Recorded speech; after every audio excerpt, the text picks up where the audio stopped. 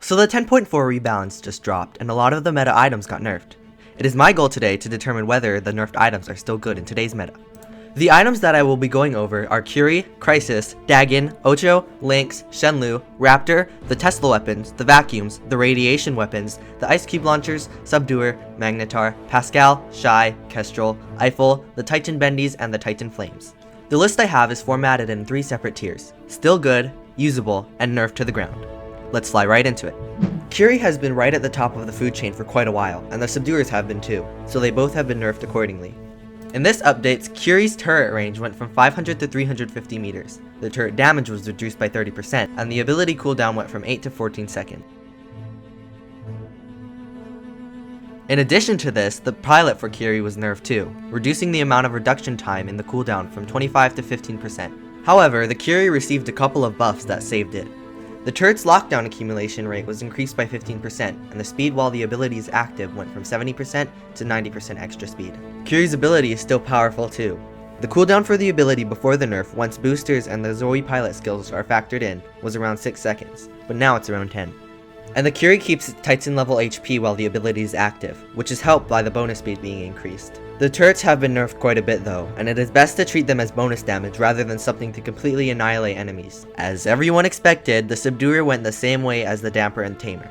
The shot interval went from 0.1 to 0.2 per second, and the range went from 600 to 500 meters. The subduer is still doing alright, as it can do a bit over 4,000 damage a shot when maxed, which is around 20,000 damage a second for one subduer, which is still pretty good. However, they are not the best pick for Curie anymore, as I would much rather use Athos or Redeemer instead. The Pascal drone has been hit with a nerf too, reducing the amount of grey damage healed and reducing the overall amount of times it can heal from 3 to 2. Curie and Pascal can be placed in still good, while the subduers are going inusable. Crisis is still pretty good. The stealth activation time just went from 5 to 7 seconds, and all you have to do is hide for a bit longer after firing, and pick your targets more carefully. Usable. Dagon got a pretty significant 20% durability nerf, and the shield surge ability went from 10 seconds active time with 10 seconds cooldown to 8 seconds of active time with a 12 second cooldown. Dagon received some buffs too. The shield regeneration went from 9,800 per second to 10,800 per second, and the movement speed while the shield surge is active went from 30 to 35%. Not a big difference. The durability nerf now classifies Dagon as a glass cannon, as it's hard to nerf the firepower of 6 light slots unless they just decide to remove a weapon slot or 2. The shield hasn't been touched yet and is still good at protecting Dagon, especially if you use the Nathan pilot and have all the shield skills. Even though it's a popular choice, I wouldn't run Daredevil anymore, since Dagon is so fragile and needs the shield to survive. While the extra damage is nice, your damage drops to 0 when you are dead. The radiation weapons are still good. While their burst interval has been increased from 0.8 to 1.5 seconds, their DPS is still good for an older weapon, especially on that third shot. You just have to play them a little bit differently than before. While Blight still decimate on a Dagon, my overall pick would now be Magnetar. I actually think that Magnetar hasn't been made worse. Before, the Magnetar did good damage, which has been decreased from 3,000 to 2,400. But now you can actually get more damage in sometimes, since the lockdown accumulation has been increased, and can basically vapor lock an enemy in 2 shots. Overall, the Dagon is still balanced, and in a perfect position with one of the highest firepower in the game. Well, that's until the Octopod 3000 comes out with 8 heavy slots. Overall, still good. The Lynx has been very slightly adjusted so that the ability cooldown goes from 9 to 11 seconds. The speed has been decreased from 70 to 62 kilometers. However, the ability acceleration has been buffed from 100% to 140%, and it's now faster in the ability than before the rebalance, which is something I'll gladly take in exchange for 2 seconds of extra ability cooldown. Still good. Ochokochi, responsible for one of the worst metas in War Robots, has received the same treatment as Aljun. First, it was increasing the cooldown from 8 to 12 seconds, which was technically a bug fix. Then the DOT damage reduction was lowered from 60 to 40%, and the magnetic field damage was decreased by 50%. Those are the first batch of nerfs. Then it was durability minus 25%, ability cooldown from 12 to 15 seconds, and the ability effects are only active during the charge phase. If you weren't around for the Ocho meta, it had 2 phases, an initial charge phase, which is the ability now, and a second phase, where it would convert damage into DOT after the charge for 5 seconds. A bit like the Raptor with its built-in weapon, or Mauler. In this update, it's reduced DOT duration from 6 to 5 seconds, so Ocho will receive the same amount of damage converted into DOT, but faster than before. Reduced knockback impulse from Stampede, minus 25%, and reduced acceleration from Stampede, minus 33%. All of these nerfs later, and for it to still remain relevant, just shows how catastrophically broken it was when it came out. Ocho can still be a bully and decimate opponents one-on-one, especially with the Tesla or vacuum weapons. It's just a bit slower now.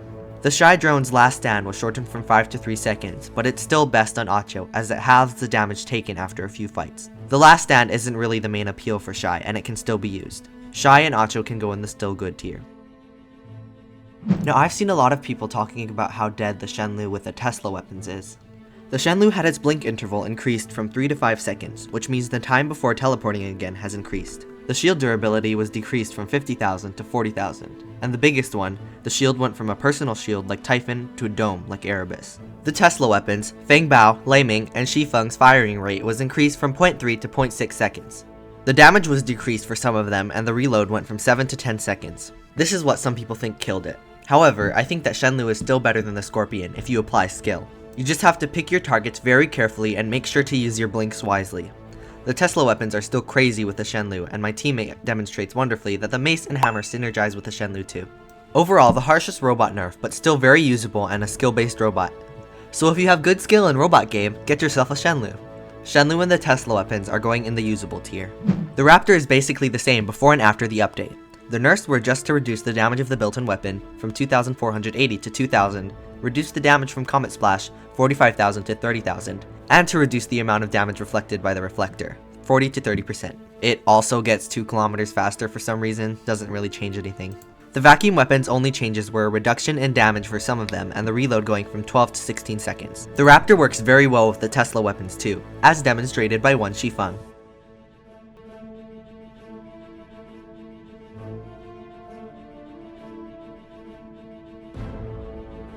The Raptor and the vacuum weapons are both still good.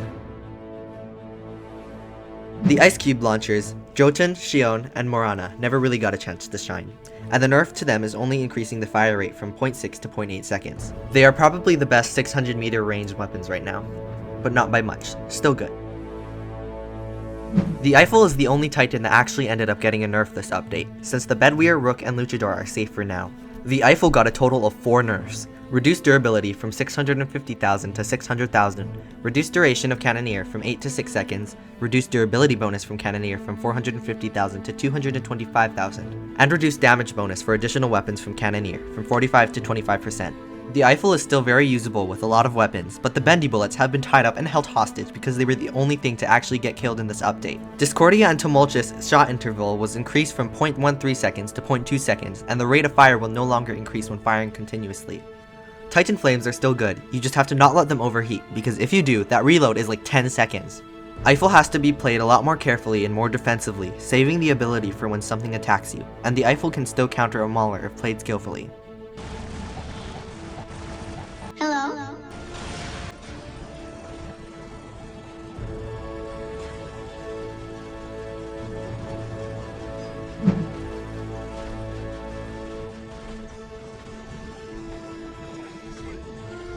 Overall, a lot weaker, but still good. The 10.4 rebalance, in my opinion, was exactly that, a rebalance to nerf some of the meta items without really killing anything.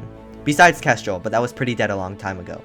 The nerfed items will just require skill to use, and that's something that everyone has, right? And don't forget to subscribe, or else the Octopod 3000 will haunt your dreams tonight. See you next time.